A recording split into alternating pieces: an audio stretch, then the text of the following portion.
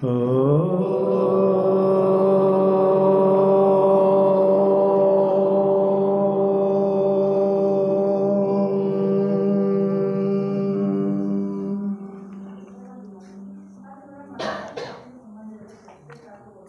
ನಿಮ್ಮಂತೆ ಹುಟ್ಟಿದ ಸಿದ್ಧಾರ್ಥ ಸರ್ವಜ್ಞನಾಗ್ತಾನೆ, ಸರ್ವಾಂತರ್ಯಾಮಿ ಆಗ್ತಾನೆ, ಬೋಧಿಸತ್ವನಾಗ್ತಾನೆ, ಬುದ್ಧನಾಗ್ತಾನೆ. ಅಕ್ಕಪಕ್ಕದವರು ಅದನ್ನು ಮ್ಯೂಟ್ ಮಾಡೋದನ್ನು ಕಲಿಸ್ಕೊಡ್ಬೇಕು. ಅವ್ರಿಗೆ ಮೊಬೈಲ್ ಇಸ್ಕೊಳ್ಳಿ.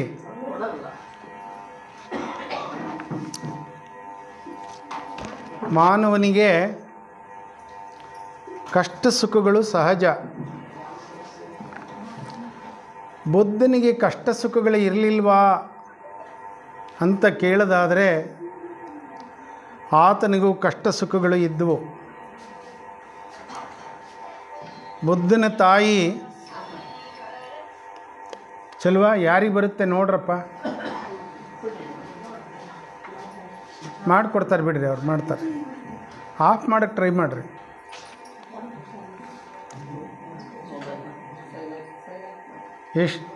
ಶುದ್ಧೋಧನನಿಗೆ ಇಬ್ಬರು ಪತ್ನಿಯರು ಅರಮನೆಯಲ್ಲಿ ಸುಖವಾಗಿರ್ತಾರೆ. ರಾಣಿ ಮಹಾಮಾಯೆ ಚಿಕ್ಕವಳು, ರಾಣಿ ಪ್ರಜಾಪತಿ ದೊಡ್ಡವಳು. ಮಹಾಮಾಯೆಗೆ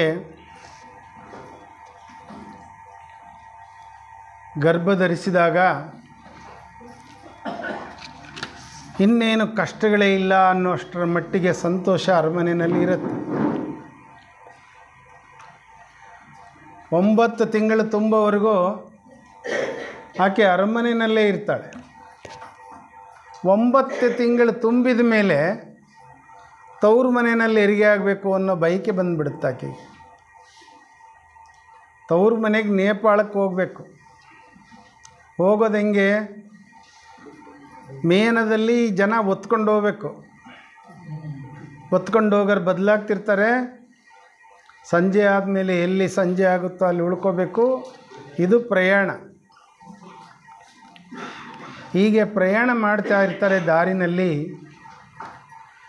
ಲುಂಬಿನಿ ಅಂತಕ್ಕಂತಹ ಒಂದು ಪುಷ್ಪವನ ಬರುತ್ತೆ.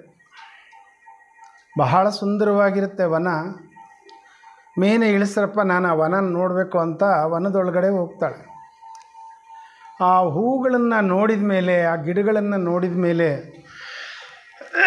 ಆ ವನದಲ್ಲಿ ತಿರುಗಾಡ್ತಾ ಗರ್ಭಿಣಿ ಅನ್ನೋದನ್ನೇ ಮರೆತು ಖುಷಿಯಾಗಿದ್ದು ಬಿಡ್ತಾಳೆ. ಮಗು ಹೆರಿಗೆಯಾಗಿ ಕೆಳಗೆ ಬೀಳುತ್ತೆ. ಅಲ್ಲೇನು ಊರಿರೋದಿಲ್ಲ, ನೆಲ ಅಷ್ಟೇ ಇರುತ್ತೆ. ಏನು ಸೌಲಭ್ಯ ತಗೊಂಡೋಗಿರ್ತಾರೋ ಅಷ್ಟೇ ಇರುತ್ತೆ. ಬುದ್ಧ ಸುಖವಾಗಿ ಅರಮನೆಯಲ್ಲಿ ಹೆರಿಗೆ ಆಗಬೇಕಾಗಿರೋನು ನೆಲದ ಮೇಲೆ ಬೀಳುತ್ತೆ ಮಗು. ಇದು ಕಷ್ಟದ ಆರಂಭದ ಲಕ್ಷಣ. ಬಹಳ ವೇಗವಾಗಿ ವಾಪಸ್ ಅರಮನೆಗೆ ಬಂದುಬಿಡ್ತಾರೆ. ಬಂದ ತಕ್ಷಣ ಇನ್ನೇನು ಬುದ್ಧನಿಗೆ ಸುಖ ಸಿಕ್ತು ಸಿದ್ಧಾರ್ಥನಿಗೆ ಅನ್ನೋದ್ರೊಳಗೆ ತಾಯಿ ತೀರೋಗ್ತಾಳೆ. ಮತ್ತೆ ಕಷ್ಟ ಬಂತು. ತಕ್ಷಣ ದೊಡ್ಡಮ್ಮ ಎದಿಗೆ ಹಾಕ್ಕೊಂತಾಳೆ. ಮತ್ತೆ ಸುಖ ಬಂತು.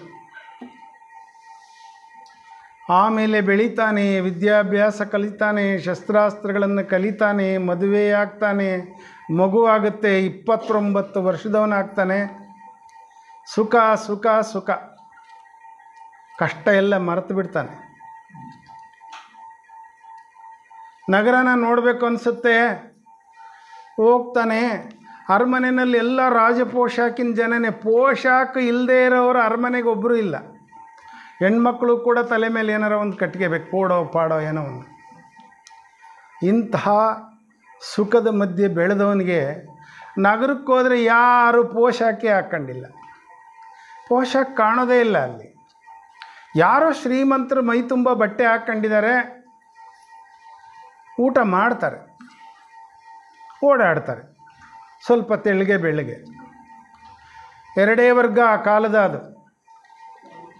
ಉಳಿದ ಬಡವರು ಶ್ರಮಜೀವಿಗಳಿಗೆ ಮೈ ತುಂಬ ಬಟ್ಟೆ ಇಲ್ಲ, ಹೊಟ್ಟೆ ತುಂಬ ಊಟ ಇಲ್ಲ, ಬದುಕಲಿಕ್ಕೆ ಉತ್ತಮವಾದಂಥ ಮನೆ ಇಲ್ಲ, ಹಗಲಿರುಳು ಶ್ರಮ, ಯಾವತ್ತೋ ಸ್ನಾನ, ಎಷ್ಟೋ ಕಾಯಿಲೆಗಳು, ಎಷ್ಟೋ ಗಾಯಗಳು, ರೋಗ ರುಜಿನಗಳು, ವಯಸ್ಸಾಗುತ್ತೆ, ಮುಪ್ಪಾಗುತ್ತೆ, ಚರ್ಮ ಸುಕ್ಕುಗಟ್ಟುತ್ತೆ, ಸಾವಾಗುತ್ತೆ. ಇದನ್ನೆಲ್ಲ ನೋಡ್ತಾನೆ. ಮುಗಿದೋಯ್ತು ಸುಖ. ಏನು ನೋಡ್ತಾನೋ ಅದರ ಮೇಲೆ ನಿಂತು ಬಿಡ್ತಾನೆ. ಹೀಗೆ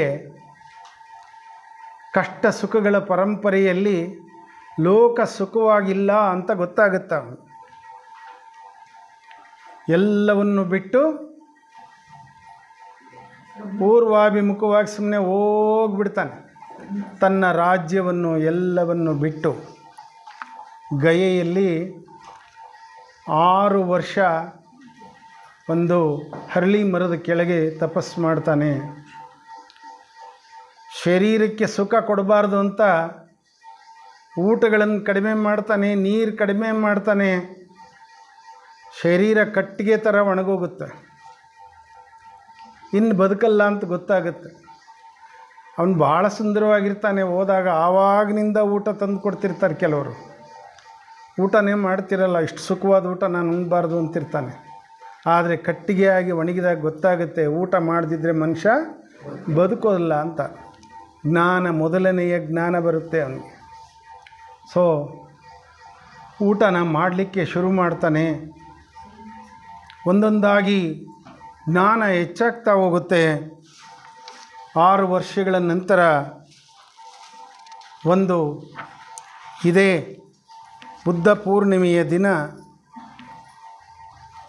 ಅವನು ಹುಲ್ಲಿನ ಹಾಸಿಗೆಯ ಮೇಲೆ ಕೂತ್ಕೊಂಡು ಧ್ಯಾನಮಗ್ನನಾಗಿ ಒಂದೊಂದಾಗಿ ಜ್ಞಾನವನ್ನು ಅರ್ಥ ಮಾಡ್ಕೊಳ್ತಾ ಹೋಗ್ತಾನೆ.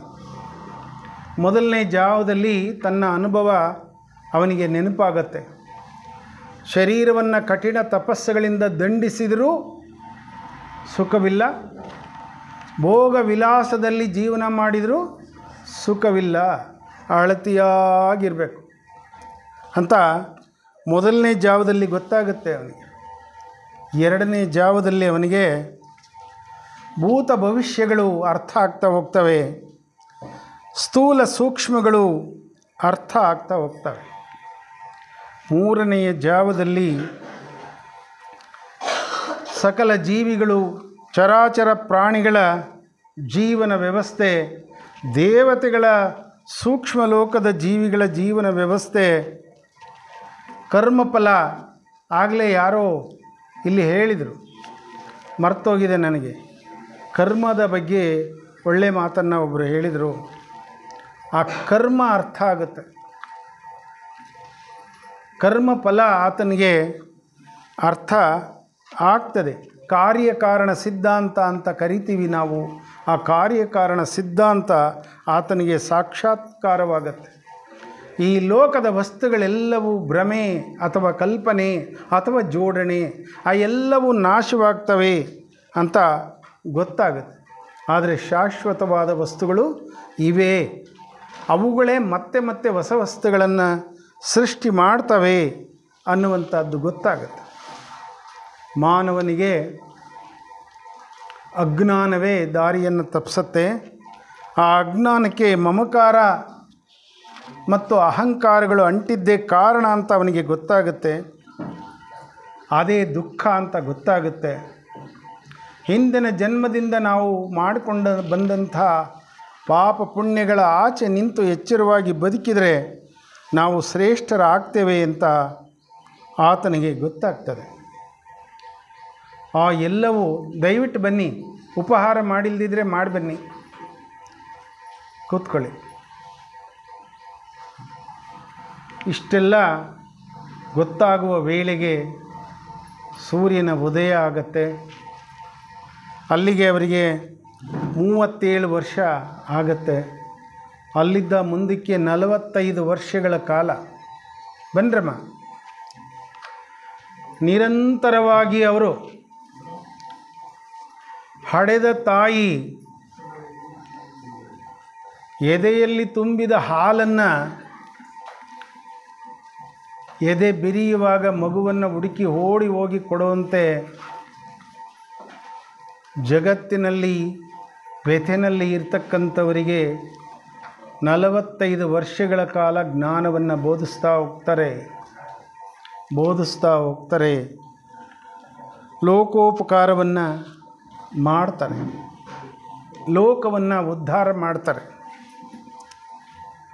ಯಾವುದೋ ಒಂದು ಸಂಸ್ಕೃತ ಅಥವಾ ಯಾವುದೋ ಒಂದು ಪ್ರಾಕೃತ, ಯಾವುದೋ ಒಂದು ಅರ್ಥ ಆಗದೇ ಇರುವಂತಹ ಭಾಷೆ, ಯಾವುದೋ ಒಂದು ಅರ್ಥ ಆಗದೇ ಇರತಕ್ಕಂಥ ಮಂತ್ರದ ಅಗತ್ಯ ಇಲ್ಲ ಬದುಕಿಗೆ. ಯಾರನ್ನು ಹಾಗೆ ಮಾಡುವವರನ್ನು ಆಕ್ಷೇಪಿಸಬೇಕಾಗಿಯೂ ಸಹ ಇಲ್ಲ. ಶ್ರೇಷ್ಠವಾಗಿ ಬದುಕಿದರೆ ಸಾಕು, ಸುಖಗಳು ಬರ್ತವೆ ಎನ್ನುವಂತಹ ಸರಳ ಮಾರ್ಗವನ್ನು ಬುದ್ಧ ಬೋಧಿಸ್ತಾರೆ. ಅದನ್ನು ಮಧ್ಯಮ ಮಾರ್ಗ, ಸುವರ್ಣ ಮಾರ್ಗ ಅಂತಾರೆ. ಪ್ರತಿ ಗೋಷ್ಠಿಯಲ್ಲೂ ಅಂಥದ್ದೊಂದು ಉಪನ್ಯಾಸ ನಮ್ಮದು ಇರ್ತದೆ. ಹೋದ ಉಪನ್ಯಾಸದಲ್ಲಿ ಸೋದರಿ ಸಣ್ಣಮ್ಮ ಅವರ ಮಧ್ಯಮ ಮಾರ್ಗವನ್ನು ಕುರಿತು ತಮಗೆ ಹೇಳಿದರೆ, ಮುಂದೆ ಕೂಡ ಹೇಳ್ತಾರೆ. ನಾನು ಉಪನ್ಯಾಸವನ್ನು ಚಿಕ್ಕದು ಮಾಡಿಕೊಳ್ತೇನೆ. ಬುದ್ಧ ನನ್ನದು ಬೌದ್ಧ ಧರ್ಮ, ನನ್ನ ಬೌದ್ಧ ಧರ್ಮಕ್ಕೆ ಸೇರ್ರಿ ಅಂತ ಯಾವಾಗಲೂ ಹೇಳೋದೇ ಇಲ್ಲ. ಹಿಂದೆ ಇದ್ದ ಯಾವ ಧರ್ಮಗಳನ್ನು ಆತ ಆಕ್ಷೇಪ ಮಾಡೋದೇ ಇಲ್ಲ. ಆಗಲೂ ಜಗತ್ತಿನಲ್ಲಿ ಬೇಕಾದಷ್ಟು ಧರ್ಮಗಳಿವೆ, ಅವುಗಳನ್ನು ಆಕ್ಷೇಪಿಸಲ್ಲ. ಮುಂದೆ ಎಷ್ಟೋ ಧರ್ಮಗಳು ಬರ್ತವೆ, ಅವುಗಳನ್ನು ಕೂಡ ಆತ ಆಕ್ಷೇಪಿಸೋದಿಲ್ಲ. ಎಲ್ಲವನ್ನೂ ನಮಸ್ಕರಿಸ್ರಿ, ಎಲ್ಲವನ್ನೂ ಅರ್ಥ ಮಾಡ್ಕೊಳ್ರಿ, ಸರಳವಾಗಿ ಬದುಕ್ರಿ ಅಂತ ಹೇಳ್ತಾ ಹೋಗ್ತಾನೆ. ಅವನು ಹೇಳುವ ಕೆಲವು ಸರಳ ಮಾರ್ಗಗಳನ್ನು ಹೇಳುವ ಮೂಲಕ ನನ್ನ ಉಪನ್ಯಾಸವನ್ನು ನಾನು ಮುಗಿಸ್ತೇನೆ. ಶರಣ ಧರ್ಮವನ್ನು ಕುರಿತು ತಿಳಿದವರಿಗೆ ಇವು ಅತ್ಯಂತ ಸುಲಭವಾಗಿ ಅರ್ಥ ಆಗ್ತವೆ ಮತ್ತು ನ್ಯಾಯಮೂರ್ತಿಗಳ ಉಪನ್ಯಾಸವನ್ನು ನಿರಂತರವಾಗಿ ಕೇಳಿದವರಿಗೂ ಕೂಡ ಇವು ಅರ್ಥ ಆಗ್ತವೆ. ಯಾಕೆ ಅಂದರೆ ಬುದ್ಧ ಇನ್ನಿಷ್ಟು ಜನ್ಮಗಳು ಆದಮೇಲೆ ನಿಮಗೆ ಸುಖ ಸಿಗುತ್ತೆ ಅಂತ ಹೇಳೋದಿಲ್ಲ, ಸ್ವರ್ಗದಲ್ಲಿ ನಿಮಗೆ ಸುಖ ಸಿಗುತ್ತೆ ಅಂತ ಹೇಳೋದಿಲ್ಲ. ನೀವು ಮಾಡ್ತಾ ಇರುವ ತಪ್ಪನ್ನು ಇವತ್ತು ನಿಲ್ಲಿಸಿದರೆ ಇವತ್ತೇ ಸುಖ ಸಿಗುತ್ತೆ ಅಂತ ಹೇಳ್ತಾನೆ ಅವನು. ನಾಳೆ ಅಂದರೆ ಒಂದು ದಿನ ಹೆಚ್ಚು ನೀವು ದುಃಖ ಅನುಭವಿಸ್ಬೇಕು ಅಂತಾನೆ. ಅವ್ರು ಹೇಳಿದ್ರಲ್ಲ, ಎಷ್ಟು ಬೇಗ ಸಾಧ್ಯವೋ ಅಷ್ಟು ಬೇಗ ಟ್ರೀಟ್ಮೆಂಟ್ ಮಾಡಿಸ್ಕೊಂಡ್ರೆ ಕಣ್ಣು ಚೆನ್ನಾಗಿರ್ತವೆ ಅಂತ. ಹಾಗೆಯೇ ಅಲ್ಲಿ ಪಕ್ಕದಲ್ಲೇ ಯಾರೋ ಒಬ್ಬರು ಹೇಳಿದ್ರಂತೆ, ಬುದ್ಧಿಗೆ ದೃಷ್ಟಿಯನ್ನು ಕೊಟ್ಟುಬಿಡಬೇಕು ಅಂತ. ಬುದ್ಧಿಗೆ ದೃಷ್ಟಿಯನ್ನು ಕೊಟ್ಟರೆ ಬುದ್ಧನಾಗ್ತಾನೆ. ಅದೇ ಬೌದ್ಧ ಧರ್ಮದ ಲಕ್ಷಣಗಳು. ನಾನು ಸರಳವಾಗಿ ಕೆಲವನ್ನು ನಿಮಗೆ ಹೇಳ್ತೇನೆ. ಪಂಚಶೀಲಗಳನ್ನು ಕೊಡು ಅಂತ ಬುದ್ಧರು ಗುರುವಿನ ಹತ್ತಿರ ಕೇಳ್ತಾರೆ. ನನಗೆ ಪಂಚಶೀಲಗಳನ್ನು ಕೊಡು, ನಾನು ಅವುಗಳಂತೆ ನಡ್ಕೊಳ್ತೇನೆ, ಶ್ರೇಷ್ಠವಾಗಿ ಬದುಕಿ ತೋರಿಸ್ತೇನೆ, ಅದನ್ನು ಅನುಸರಿಸ್ತೇನೆ ಅಂತ ಯಾರು ಗುರುವಿನಲ್ಲಿ ಪ್ರಾರ್ಥನೆ ಮಾಡ್ತಾರೋ ಅವರಿಗೆ ಗುರು ಪಂಚಶೀಲಗಳನ್ನು ಕೊಡ್ತಾನೆ ಎನ್ನುವಂಥದ್ದು. ಮೊದಲನೇದು, ಬುದ್ಧನನ್ನು ಅನುಸರಿಸುವವರು ಪ್ರಾಣಿಯ ಹತ್ಯೆಯನ್ನು ಮಾಡುವಂತಿಲ್ಲ, ಪ್ರಾಣಿಯ ಹಿಂಸೆಯನ್ನು ಮಾಡುವಂತಿಲ್ಲ. ಒಂದನೆಯ ಶೀಲ. ನನ್ನದಲ್ಲದ್ದನ್ನು, ನಾನು ದುಡಿಯದೇ ಇರುವಂತಹದ್ದನ್ನು ನಾನು ಯಾರದನ್ನು ಬಳಸುವಂತಿಲ್ಲ, ಕಳ್ಳತನವನ್ನು ಮಾಡುವಂತಿಲ್ಲ. ಎರಡನೆಯದು, ವ್ಯಭಿಚಾರದ ಪದ್ಧತಿಗಳೇ ನಾನು ಅನುಸರಿಸುವುದಿಲ್ಲ, ಗೌರವವಾದ ಬದುಕನ್ನು ನಾನು ಬದುಕುತ್ತೇನೆ. ಸುಳ್ಳನ್ನು ಹೇಳುವುದಿಲ್ಲ, ಚಾಡಿನ ಹೇಳುವುದಿಲ್ಲ, ಅದರ ಮೂಲಕ ಇನ್ನೊಬ್ಬರಿಗೆ ನೋವು ಮಾಡೋದಿಲ್ಲ ನಾನು. ಅದು ಮೂರನೇದು. ನಾಲ್ಕನೇದು, ಮದ್ಯಪಾನ ಮಾಡೋದಿಲ್ಲ, ಧೂಮಪಾನ ಮಾಡೋದಿಲ್ಲ, ಮತ್ತು ಬರುವಂಥ ಯಾವುದೇ ವಸ್ತುಗಳನ್ನು ತಿನ್ನೋದಿಲ್ಲ, ಮತ್ತು ಮತ್ತು ಬರುವವನು ಆಗೋದಿಲ್ಲ. ಅವುಗಳನ್ನೆಲ್ಲ ಕೈ ಬಿಡ್ತೇನೆ ಅಂತ ಯಾರು ಪ್ರಮಾಣ ಮಾಡ್ತಾನೆಯೋ, ಯಾರು ಹಾಗೆ ನಡ್ಕೊಳ್ತಾನೆಯೋ ಅವನು ಬೌದ್ಧ ಧರ್ಮದ ಪಂಚಶೀಲಗಳನ್ನು ಅನುಸರಿಸಿದಂತೆ. ಇದರ ಮುಂದೆ ಮತ್ತೆ 3. ಆಹಾರ. ನನಗೆ ಎಷ್ಟು ಬೇಕೋ ಅದಕ್ಕಿಂತ ನಾನು ಜಾಸ್ತಿಯನ್ನು ಉಂಡ್ರೆ, ಯಾವುದು ಊಟ ಮಾಡುವ ಒಳ್ಳೆಯ ಆಹಾರವೋ ಅದನ್ನು ಬಿಟ್ಟು ಒಳ್ಳೆಯದಲ್ಲದನ್ನೂ ರುಚಿ ಇದೆ ಅಂತ ಉಂಡ್ರೆ, ನನ್ನ ಆರೋಗ್ಯಕ್ಕೆ ಯಾವುದು ಕೆಟ್ಟದ್ದೋ ಅದನ್ನು ಉಂಡ್ರೆ, ಯಾವುದೋ ಟೈಮ್ನಲ್ಲಿ ಅಕಾಲ ಭೋಜನ ಅಂತೀವಿ ಒಂದೇ ವಾಕ್ಯ, ಅಷ್ಟುಂಡ್ರೆ, ಈಗ ನಮ್ಮ ಸುಬ್ಬೇಗೌಡರಿದ್ದಾರೆ, ಅವರಿಗೆ ಕಾಯಿಲೆ ಆದರೆ ಊಟ ಬಿಟ್ಬಿಡ್ತಾರೆ ಅಷ್ಟೇ. ಕಾಯಿಲೆಗೆ ಸರಿಯೋತು ಅಂದಮೇಲೆ ಮತ್ತೆ ಅವರು ಊಟ ಮಾಡೋದು. ಹೀಗೆ ಅಕಾಲದಲ್ಲಿ ಅನಿಷ್ಟ ಭೋಜನವನ್ನು ಮಾಡದೇ ಇರುವುದು 6ನೆಯ ಶೀಲ. ವಿಕೃತವಾದ ನೃತ್ಯಗಳನ್ನು, ಅಸಹ್ಯಕರವಾದ ಸಂಗೀತವನ್ನು, ಅಸಹ್ಯಕರವಾದ ವಾದ್ಯಗಳನ್ನು, ಉತ್ಸವಗಳನ್ನು, ಪ್ರದರ್ಶನಗಳನ್ನು ನಾನು ಮಾಡೋದಿಲ್ಲ, ಮಾಡ್ತಾ ಇರೋ ಹತ್ರ ನಾನು ಹೋಗೋದಿಲ್ಲ, ನಾನು ನೋಡೋದಿಲ್ಲ. ಯಾರೋ ನನಗೆ ಘಮಘಮಾಂತಿಯ ಅಂತ ಅಂತಾರೆ ಅಂತ ಅನಿಷ್ಟ ಗಂಧವನ್ನು ನಾನು ಸೌಂದರ್ಯವರ್ಧಕ ಅಂತ ಬಳ್ಕೊಳ್ಳೋದಿಲ್ಲ. ಯಾರಿಗೋ ಸುಂದರವಾಗಿ ಕಾಣ್ತೀನಿ ಅಂತ ಎಂತಹ ಮಾಲೆಗಳನ್ನು ನಾನು ಹಾಕ್ಕೋಬಾರ್ದು ಅಂಥ ಮಾಲೆಗಳಿಂದ ನಾನು ಅಲಂಕರಿಸಿಕೊಳ್ಳೋದಿಲ್ಲ. 3 ಅದು. ಆ 5 ಇವು 3 ಅನುಸರಿಸಿದರೆ ನಾನು ಬೌದ್ಧ ಧರ್ಮದ ಅಷ್ಟಶೀಲಗಳನ್ನು ಅನುಸರಿಸಿದೆ ಅಂತ ಅರ್ಥ. ಅದರ ಜೊತೆಗೆ ನಮ್ಮ ದೇಹಕ್ಕೆ ಬೇಡವಾಗಿರ್ತಕ್ಕಂಥ ಎತ್ತರವಾದ ವಿಲಾಸಿ ಮಂಚಗಳ ಮೇಲೆ, ಹಾಸಿಗೆಗಳ ಮೇಲೆ ಮಲಗೋಲ್ಲ. ಅದರಿಂದ ನೋಡು, ಆ ಕಳ್ಳಿ ಒಬ್ಬಳು ಎಲ್ಲರೂ ಮೇಲೆ ಕೂತ್ರೆ ಕೆಳಗೆ ಕೂತಿದ್ದಾಳೆ. ಅವಳಿಗೆ ಕೆಳಗೆ ಕೂತ್ಕೊಳ್ಳೋದು ಗೊತ್ತಿದೆ, ಅವಳ ತೊಡೆಗಳು ಅವಳನ್ನ ಅನುಸರಿಸ್ತಿದ್ದಾವೆ. ನಮ್ಮ ಕೈಲಾಗುತ್ತಾ ಕೂತ್ಕೊಳ್ಳೋಕ್ಕೀಗ? ನಾವು ಕಳ್ಕೊಂಡಿದ್ದೀವಿ ತೊಡೆಗಳನ್ನು, ಇದಾವೆ, ಕೂತಿದ್ದಾಳೆ. ಹಾಗೆ ದೇಹಕ್ಕೆ ಬೇಕಿಲ್ಲದಷ್ಟು ವಿಲಾಸಿ ಹಾಸಿಗೆಗಳನ್ನು, ಹೊದಿಕೆಗಳನ್ನು, ಮಂಚಗಳನ್ನು, ಆಸನಗಳನ್ನು ನಾನು ಬಳಸೋದಿಲ್ಲ ಅಂತ ಪ್ರತಿಜ್ಞೆ ಮಾಡಿದರೆ 9ನೆಯ ಶೀಲ. ಯಾರೋ ಯಾವಾಗಲೂ ಕಳ್ಳರ ಅವಳಿಗೆ ಮೇಲೆ ದೃಷ್ಟಿ ಇಟ್ಟು ಯಾವಾಗ ಒಬ್ಬಳೆ ಸಿಗ್ತಾಳೆ, ಕಿವೇನು ಇವನ್ನು ಕೊಯ್ದು ಬಂಗಾರನೆಲ್ಲ ಕತ್ಕೊಂಡು ಹೋಗೋಣ, ಮನೆಯಲ್ಲಿರ್ತಕ್ಕಂಥ ಬಂಗಾರನ ಕತ್ಕೊಂಡು ಹೋಗೋಣ ಅನ್ನೋವಷ್ಟು ಚಿನ್ನ, ಬೆಳ್ಳಿ, ವಜ್ರಗಳನ್ನು ಮನೆಯಲ್ಲಿ ಸಂಗ್ರಹಿಸಿ ನೀನೂ ತೊಂದರೆ ಮಾಡ್ಕೊಂಡು ಮನೆಗಿರೋ ಗಂಡು ಮಕ್ಕಳಿಗೂ ತೊಂದರೆ ಮಾಡಿ ಅಪಾಯ ಮಾಡಬೇಡ ಅನ್ನುವಂಥದ್ದಕ್ಕೆ ಹಾಗೆ ನಡ್ಕೊಳ್ಳಲ್ಲ ಅಂತ ಪ್ರಮಾಣ ಮಾಡುವುದು 10ನೆಯ ಶೀಲ.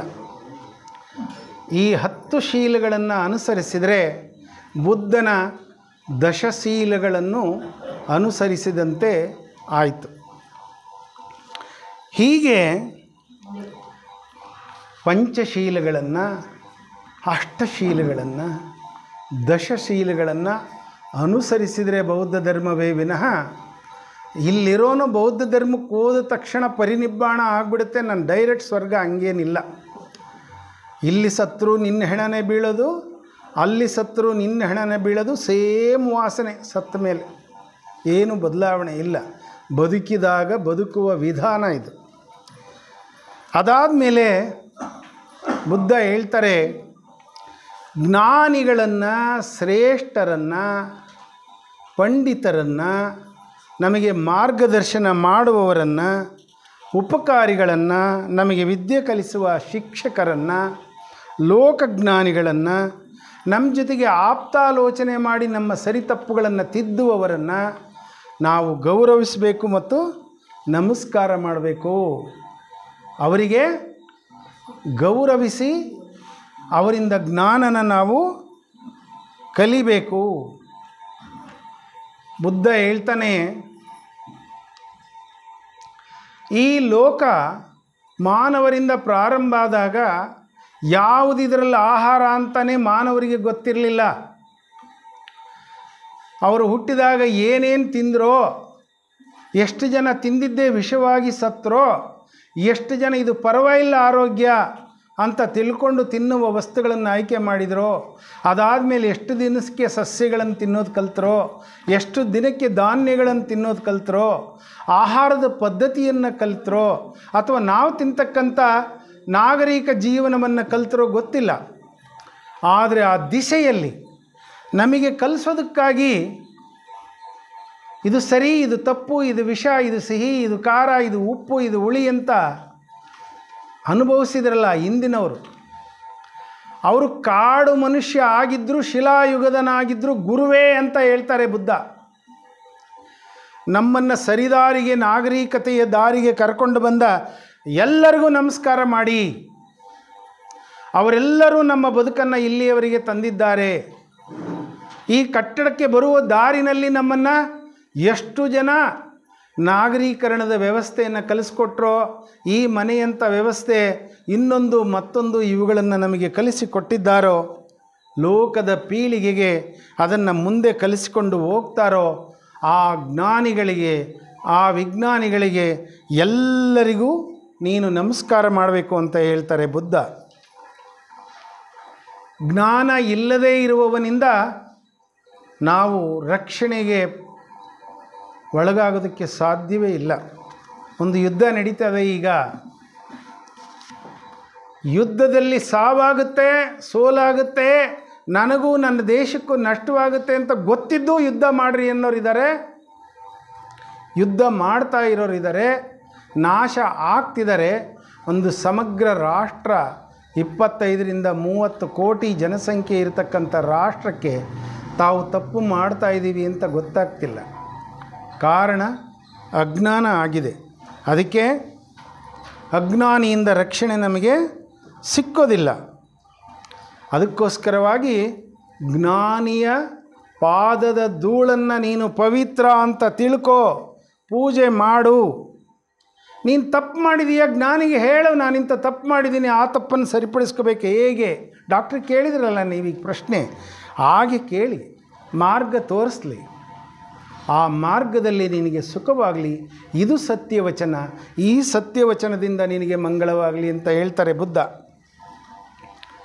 ಬುದ್ಧ ತೋರಿಸ್ತಕ್ಕಂಥ ಮಾರ್ಗಕ್ಕೆ ಧಮ್ಮ ಅಂತ ಕರೀತಾರೆ. ಇಲ್ಲಿಯವರೆಗೆ ನಾನು ಬುದ್ಧನನ್ನು ಹೇಳಿದೆ. ಇಲ್ಲಿದ್ದ ಮುಂದಕ್ಕೆ ನಾನು ಧಮ್ಮವನ್ನು ಕುರಿತು ಕೆಲವು ಮಾತುಗಳನ್ನು ಹೇಳ್ತೇನೆ. ಅದು ಜೀವನ ಮಾರ್ಗ ಅಷ್ಟೇ. ಧಮ್ಮ ಅಂದರೆ ಶ್ರೇಷ್ಠ ಜೀವನದ ಮಾರ್ಗ. ಅದನ್ನು ಅನುಸರಿಸಿದವರಿಗೆ ಅದರ ಫಲ ಕಾಣುತ್ತೆ.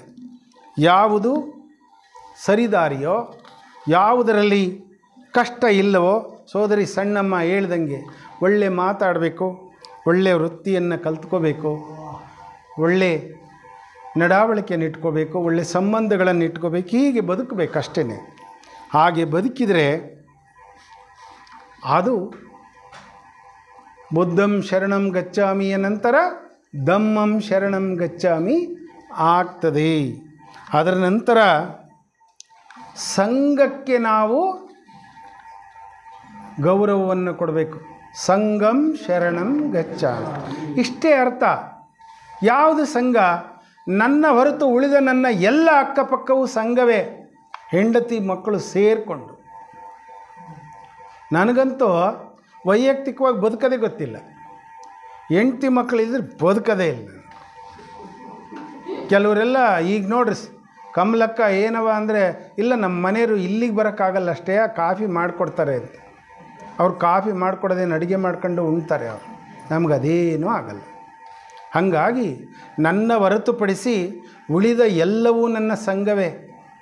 ಅದು ಕುಟುಂಬ ಆಗಿರ್ಬೋದು, ಬಂಧುಗಳಾಗಿರ್ಬೋದು, ಸಂಬಂಧಗಳಾಗಿರ್ಬೋದು, ಸಮುದಾಯ ಆಗಿರ್ಬೋದು, ಗ್ರಾಮ, ನಗರ, ಪ್ರದೇಶ, ರಾಜ್ಯ, ದೇಶ, ಖಂಡ, ಏನು ಬೇಕಾರೋ ಆಗಿರ್ಬೋದು.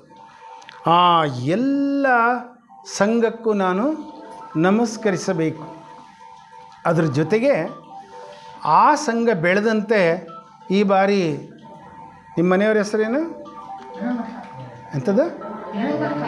ಮೇನಕ ಅವರೊಂದು ಉಪನ್ಯಾಸ ಮಾಡ್ತೀವಿ ಅಂತ ಹೇಳಿದ್ದಾರೆ ಮುಂದಿನ ಗೋಷ್ಠಿಯ ದಿವಸ. ಭಾಳ ಮಟ್ಟಿಗೆ ಅವರಿಗೆ ಭಗವದ್ಗೀತೆಯ 10ನೇ ಅಧ್ಯಾಯವನ್ನು ಕೊಡಬೇಕು ಅಂತ ನಾನು ಅಂದ್ಕೊಂಡಿದ್ದೇನೆ. ನಮ್ಮನ್ನು ಸೃಷ್ಟಿಸಿದವರು ಸಂಘವೇ, ನಮಗಾಗಿ ಈ ವಿಶ್ವವನ್ನು ಸೃಷ್ಟಿಸಿದವರು ಸಂಘವೇ. ಆ ಎಲ್ಲರನ್ನು ನಾವು ಪೂಜಿಸಬೇಕು, ಅದನ್ನು ಉಳಿಸಬೇಕು, ಪ್ರಕೃತಿಯನ್ನು ಉಳಿಸಬೇಕು ನಾವು. ಆಗ ಸಂಗಂ ಶರಣಂ ಗಚ್ಛಾಮಿ ಆಗ್ತದೆ. ನಾವು ಬುದ್ಧನನ್ನು ಅರ್ಥ ಮಾಡಿಕೊಂಡಂತೆ ಆಗ್ತದೆ. ಅದು ನ್ಯಾಯಮೂರ್ತಿಗಳ ಲೌಕಿಕ ಭಾಷೆಯಲ್ಲಿ. ಬೌದ್ಧ ಧರ್ಮ ಕಠಿಣವಾಗೇ ಇದೆ, ಅದು ಹಿಂದೂ ಧರ್ಮಕ್ಕಿಂತ ಕಠಿಣವಾಗಿದೆ ಅನುಸರಿಸಲೇಬೇಕಾದಾಗ ಮತ್ತು ಮುಂದಿನ ಹಂತಕ್ಕೆ ಹೋದಾಗ. ಬಹುಶಃ ಈ ಲಾಡ್ಜ್ನಲ್ಲಿ ನಾವೀಗ ಕೆಳಗಿನ ಮನೆಯಲ್ಲದಿ ಮೇಲಕ್ಕೆ ಬಂದರೆ ನಾವು ಅದನ್ನೇ ಹೆಚ್ಚಾಗಿ ಹೇಳ್ತೀವಿ, ಅಲ್ಲಾಗಲೇ ಕಠಿಣವಾಗಿ ಹೇಳ್ತೀವಿ ನಾವು ವ್ರತಗಳನ್ನು. ಆಗ ಅದರ ಕಠಿಣತೆ ಗೊತ್ತಾಗ್ತದೆ ಮತ್ತು ಅನುಸರಣೆ ನಮಗೆ ಗೊತ್ತಾಗ್ತದೆ. ಯಾವ ಕಾರಣಕ್ಕೂ ಹಿಂಸೆಯನ್ನು ದಾಟಿ ನಾವು ಮುಂದೆ ಬರಬೇಕಾಗ್ತದೆ. ಅದರ ಮುಂದೆ ಹೂವುಗಳನ್ನು ನಾವು ಪೂಜೆಗೆ ಬಳಸ್ಬೋದು ಅಂತ ಹೇಳ್ತಾರೆ ಬುದ್ಧ. ಒಳ್ಳೆಯ ಸುವಾಸನೆ ಬರ್ತಕ್ಕಂಥ ಹೂವುಗಳನ್ನು ಅಲ್ಲಿನ ಪರಿಸರದಲ್ಲಿ ಭಗವಂತನನ್ನು ನೆನಪು ಮಾಡಿಕೊಂಡು, ಶ್ರೇಷ್ಠರನ್ನು ನೆನಪು ಮಾಡಿಕೊಂಡು ಅವರಿಗೆ ಕೊಡುವುದರ ಮೂಲಕ ನೀನು ಹೂವಿನ ಮೂಲಕ ನಮಸ್ಕಾರ ಮಾಡು, ತಪ್ಪೇನೂ ಇಲ್ಲ. ದೀಪ ಹಚ್ಚು, ಬೆಳಕಲ್ಲಿರೋ, ಕತ್ತಲೆಯನ್ನು ಮರಿ, ಅದು ಅಂಧಕಾರವನ್ನು ಅಳಿಸ್ತದೆ. ಹಾಗೆ ದೀಪದಿಂದ ಪೂಜೆಯನ್ನು ಮಾಡು. ಸುಗಂಧವನ್ನು ಬಳಸು ಪೂಜೆಗೆ, ದ್ರವ್ಯಗಳನ್ನಲ್ಲ. ಅದು ಉತ್ತಮವಾದ ಪೂಜೆ ಆಗ್ತದೆ. ಆಹಾರವನ್ನು ಎಡೆನೂ ಇಡಿ, ನೀನು ಊಟ ಮಾಡು. ಆರೋಗ್ಯಕರವಾಗಿರಲಿ, ಸರಳವಾಗಿರಲಿ, ಅರ್ಥಪೂರ್ಣವಾಗಿರಲಿ, ವೆಚ್ಚ ಮಾಡೋಂಗೆ ಇರಬಾರ್ದು. ಅದೇ ರೀತಿ ಅಂತಹ ಜ್ಞಾನವನ್ನು ಕಲಿಸಿದ ಬುದ್ಧನಿಗೆ ನೀನು ವಂದಿಸು. ಮಾನವರನ್ನು ಸರಿದಾರಿನಲ್ಲಿ ಕರ್ಕೊಂಡು ಬರೋದಕ್ಕೆ ಒಂದೊಂದು ಕಾಲದಲ್ಲಿ ಒಂದೊಂದು ದೇವಾಲಯಗಳು, ಒಂದೊಂದು ಮೂರ್ತಿಗಳು ನಮಗೆ ನೆರವಾಗಿವೆ. ಗಿಡ ಮರಗಳ ದೇವರುಗಳಾಗಿ ನಮಗೆ ನೆರವಾಗಿವೆ. ನದಿ ನಾಲೆಗಳು ದೇವರುಗಳಾಗಿ ನಮಗೆ ಒಂದು ಕಾಲದಲ್ಲಿ ನಮ್ಮನ್ನು ದಾರಿನಲ್ಲಿ ಇಟ್ಟಿವೆ. ನಮ್ಮ ಊರಿನ ದೇವರುಗಳೇ ನಮಗೆ ಸರ್ವಸ್ವ ಆಗಿವೆ. ಆ ಎಲ್ಲವನ್ನು ಗೌರವಿಸು. ಹಿಂದೆ ಇದ್ದವನ್ನೆಲ್ಲ, ಹೀಗೆ ಇರೋವನ್ನ ಎಲ್ಲ ಧರ್ಮದ ದೇವಸ್ಥಾನಗಳನ್ನು ಗೌರವಿಸು. ಮುಂದೆ ಇನ್ನು ಹುಟ್ಟುವ ಎಲ್ಲ ಧರ್ಮವನ್ನು ಗೌರವಿಸು ಮತ್ತು ಆ ದೇವಸ್ಥಾನಗಳಿಗೆ, ಆ ಚೈತ್ಯಾದಿಗಳಿಗೆ ನೀನು ವಂದನೆಯನ್ನು ಮಾಡು. ನಿನಗೆ ಪಾಪದಿಂದ ಬಿಡುಗಡೆ ಆಗಲಿ. ನಿನಗಿಂತ ಹಿರಿಯರಿಗೆ ನಿನ್ನ ತಪ್ಪುಗಳನ್ನು ಅರಿಕೆ ಮಾಡಿಕೊಂಡು, ನಿನ್ನ ಪ್ರಗತಿಯನ್ನು ಅರಿಕೆ ಮಾಡಿಕೊಂಡು ಕ್ಷಮೆ ಕೇಳು, ತಪ್ಪೇನಿಲ್ಲ. ಕ್ಷಮಿಸಬೇಕು, ಜ್ಞಾನಿಗಳು ಕ್ಷಮಿಸಬೇಕು, ಸರಿ ಮಾರ್ಗವನ್ನು ತೋರಿಸ್ಬೇಕು. ಅಷ್ಟರ ಮಟ್ಟಿಗೆ ಬದುಕು. ಒಳ್ಳೆಯ ಆಚರಣೆಗಳನ್ನು ಮಾಡು. ಗುರು ಹೇಳಿದ ಬುದ್ಧ ಧರ್ಮದ, ಧಮ್ಮದ ಮತ್ತು ಸಂಘದ ಆಚರಣೆಗಳನ್ನು ಪ್ರಮಾಣದಂತೆ ನೀನು ಮಾಡು. ಅದಾದ ನಂತರ ನಿನಗೆ ಸುಖ ಬಂದ ಮೇಲೆ ಅದನ್ನು ಬಚ್ಚಿಟ್ಕೊಳ್ಬೇಡ. ಅದು ಬಚ್ಚಿಟ್ಟರೆ ಇರೋದಿಲ್ಲ. ಅದನ್ನು ಎಲ್ಲರಿಗೂ ಹಂಚ್ತಾ ನೀನು ಕೂಡ ಪುಣ್ಯದಲ್ಲಿ ಪಾಲುಗಳನ್ನು ಪಡಿ.